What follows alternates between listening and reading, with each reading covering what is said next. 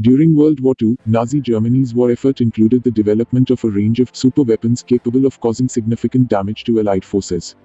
Despite the fact that many of these weapons were impractical either to temporal constraints, a scarcity of resources, or their immense cost, their potential for massive destruction was unparalleled during this time period.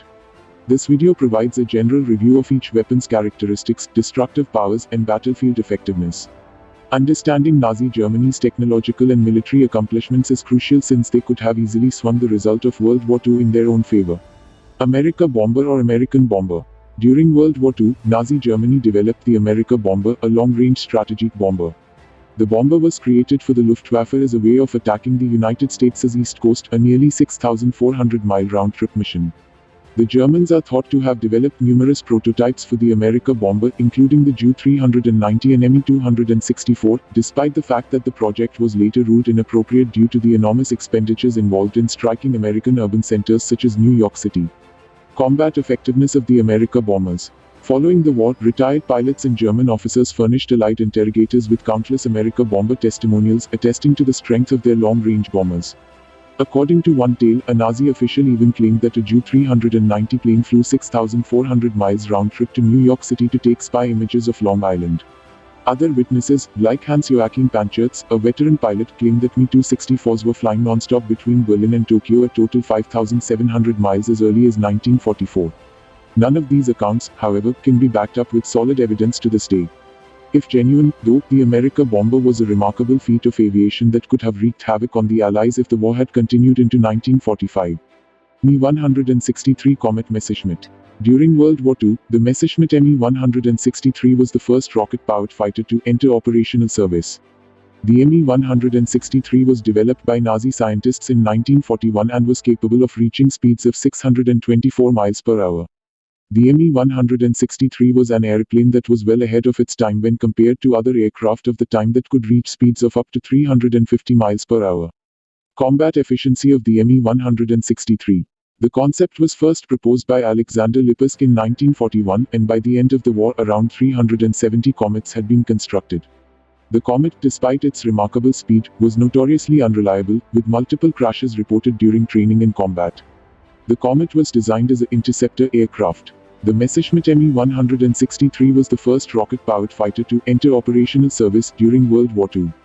The Me-163, which was developed by Nazi scientists in 1941, was extremely fast, capable of reaching speeds of 624 miles per hour. When compared to other aircraft of the time that could reach speeds of up to 350 miles per hour, the Me-163 was truly ahead of its time with approximately 370 Comets produced by the end of the war. Despite its incredible speed, the Comet performed poorly against Allied aircraft, scoring an estimated 9 kills, possibly as many as 18 to the aircraft's 10. V3 Cannon. The V3 cannon, also known as the Vergeltungswurf 3 or Retribution Weapon 3, was a large-caliber gun developed by Nazi Germany in 1942. When it first saw action in December 1944, the weapon relied on a multi-charge principle to maximize the range of its projectiles, estimated at nearly 165 kilometers. The V3 cannon, capable of launching nearly 300 shells per hour at a shell velocity of approximately 1,500 meters per second, provided Nazi Germany with unprecedented opportunities to bombard targets from great distances with ease. Unlike traditional artillery weapons, which use a single propellant charge to fire their shell, the V3 cannon relied on multiple propellant charges placed along the length of its barrel to fire its shell.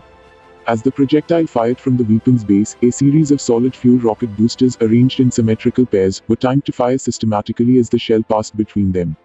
As a result, the projectile gained additional thrust, allowing it to exit the cannon's barrel at top speed. These massive guns had lengths of up to 50 meters (160 feet), with a series of 12 side chambers boosters that propelled the gun's shell. Combat utility of the V3 cannon. Because of the power of the cannon and the need for secrecy, Hitler delegated control of the V3 cannon to SS General Hans Kammler. The V3 cannon was officially put into military service in December 1944 and was used to bombard the liberated city of Luxembourg, nearly 27 miles away. Nearly 183 rounds of 150 shells were fired into the city, with 44 confirmed hits. The blasts killed 10 people and injured another 35. The V3 cannon's fate was sealed, however, by the rapid advance of Allied troops in 1945, which prevented the Nazis from erecting additional gun sites. Given its power and potential, the V-3 cannon could have had a huge impact on the Allied advance if the Nazis had been given more time to establish defensive positions in Europe. Horten Hu-229 bomber, Horten HIX. The Horten HIX, also known as the Horten Hu-229, was a prototype bomber designed in the latter half of World War II by Reaumur and Walter Horten. In response to Hermann Göring's requirement for a fast bomber capable of transporting high-caliber bombs over long distances, the Horten brothers set to work developing a flying wing concept with a tailless, fixed-wing appearance. Their efforts yielded the Horten Hu-229, a prototype fighter aircraft, later tested as a glider. The HIX was to be built using a combination of wood and welded steel to reduce overall weight and reach a maximum altitude of 49,000 feet.